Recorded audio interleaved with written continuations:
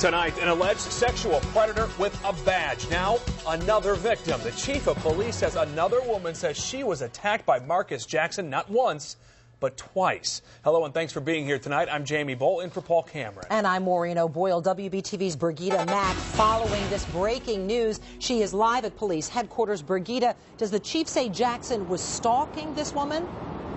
Well, Maureen, CMPD simply does not know that. That's one of the reasons why the FBI has now been called into this investigation. They say that if Jackson was, in fact, profiling this victim, that he could face federal charges. Now, you will remember former CMPD officer Marcus Jackson was arrested last week after two victims came forward saying they had been attacked by Jackson during traffic stops. This afternoon, Chief Monroe telling reporters another victim had been identified, this time by law enforcement sources. We're told a CMPD officer and a Mecklenburg County Sheriff's deputy came forward with information. We know this latest victim was attacked by Jackson on two different occasions, once on November 9th, the latest one happening on December 29th. Now, on that December traffic stop, there was actually a man in the car with the female victim. He tried to stop what was going on. Officer Jackson not only stopped him, but then illegally arrested him.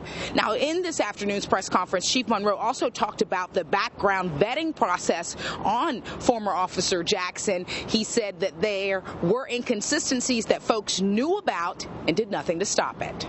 There were things that were missed in this background investigation that should not have been missed.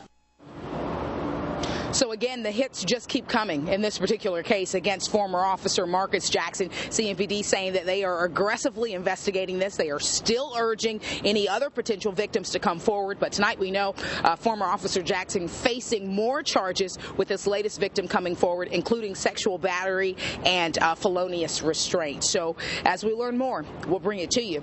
For now, we're live outside CMPD headquarters. I'm Brigida Mack, WBTV, on your side. Brigida, thanks so much. And Marcus Jackson causing trouble now for the DA. We've learned dozens of cases in which Jackson was the arresting officer or wrote the ticket will have to be thrown out. Most are traffic violations, some DWI, some domestic violence. But as long as Jackson was the only witness, the DA says those cases will probably be dismissed. Another developing story tonight. Embattled County Commissioner Bill James faces some of his angry constituents tonight. This outrage started at last month's meeting. The commission voted to offer benefits to domestic partners of county employees. During the debate, Commissioner Vilma Leak delivered an impassioned speech about her son and the battle he lost with AIDS.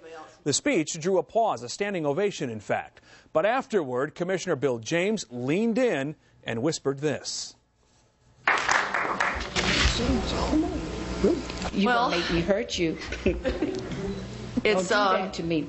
It's difficult for me Don't to talk about my son. The scene a month ago, and so far, James refusing to apologize. WBTV's Tom Rousey on your side live at the Government Center. And Tom, James not backing down, but it sounds like he's about to get an earful.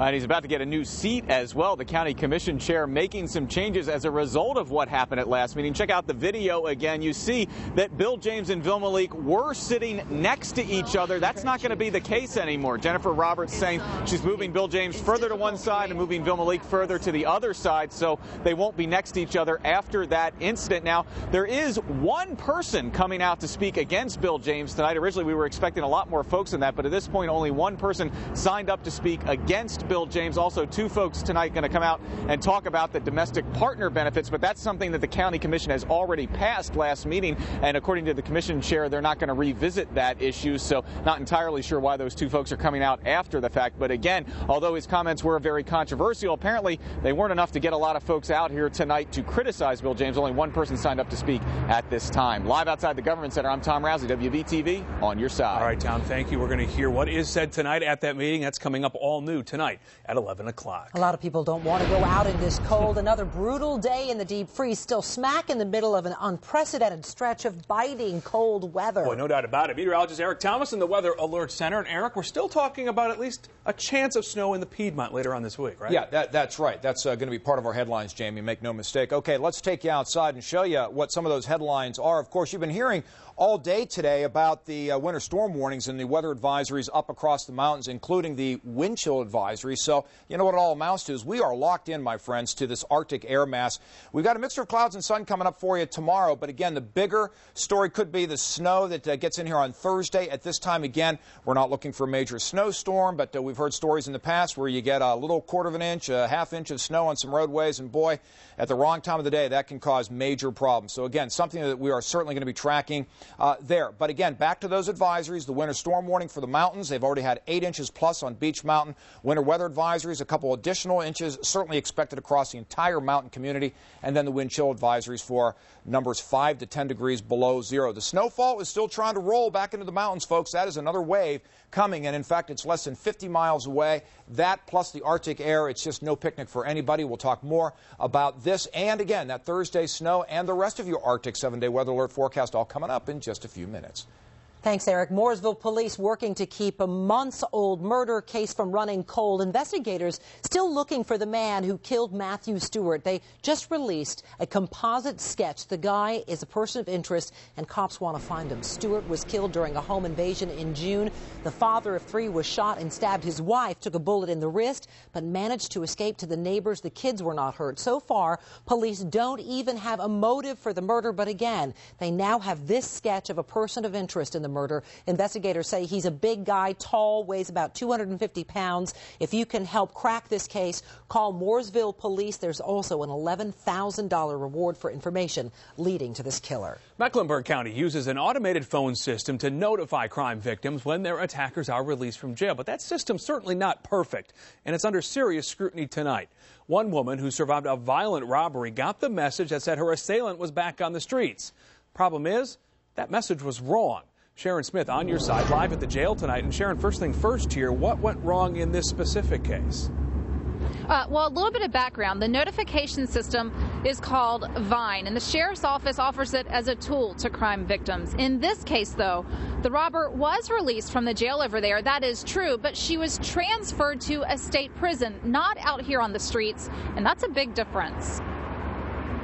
A total fear of my life, knowing they could just bust in again. Melissa Swanson shares how it felt to get this message around 4 a.m. a few weeks ago. This offender is not in custody. This offender has been released from custody. The offender was Tanquell Jackson, one of 3 armed robbers who targeted Swanson in her home. They put a gun to her head, stole her property, and changed the way she sees things now on a daily basis. My thought all along, and even to this day, is when she is out, is she going to be so raged and she's going to come back? Swanson says the DA's office recommended she register for Vine, which the sheriff's office farms out to a national company called Appriss. Appriss says it's standard. Most jails or prisons use the wording released, transferred, or escaped. So what's the breakdown in Mecklenburg? In a perfect world, it should have gone out to be transferred. And we'll find out why that's not happening. The sheriff says the complaint surprises him because he says they do give that information to Appriss. He's not sure if a tech or wording issue is to blame, but he'll work with the company to make it standard for the Mech jail too. In the meantime. But I'd rather her be notified than her not be notified and this person be actually out on the street. But when Swanson got the message, she was scared to sleep in her own home. Her mind went back to that robbery. It would have been eased had she known Jackson was also just convicted. And Melissa's case really shows the burden our justice system places on the crime victim. She says she was not notified about Jackson's plea deal. So to help you out if you are ever a crime victim, go to WBTV.com, check out my story. I've posted some links on how to check court dates. And whether you use the Vine notification system or not, you can always check 24/7 with the sheriff's office website or the state prison website. Both of those are with my story on WBTV.com. For now, we are live in Charlotte. Sharon Smith, WBTV, on your side. A lot of those web resources are the ones we use every day to keep track of these cases. Thank you, Sharon. The sheriff's office started using Vine about 10 years ago. They went automated because they were getting more than 22,000 inmate update calls a month. Coming up next at 6 o'clock, a businessman says he's the victim of his own bank. They said, we're closing that account. Just like that. B of A promising to increase lending, promising to help the little guy. Yeah, but this small business owner says Bank of America is anything but helpful, despite promises from the new boss.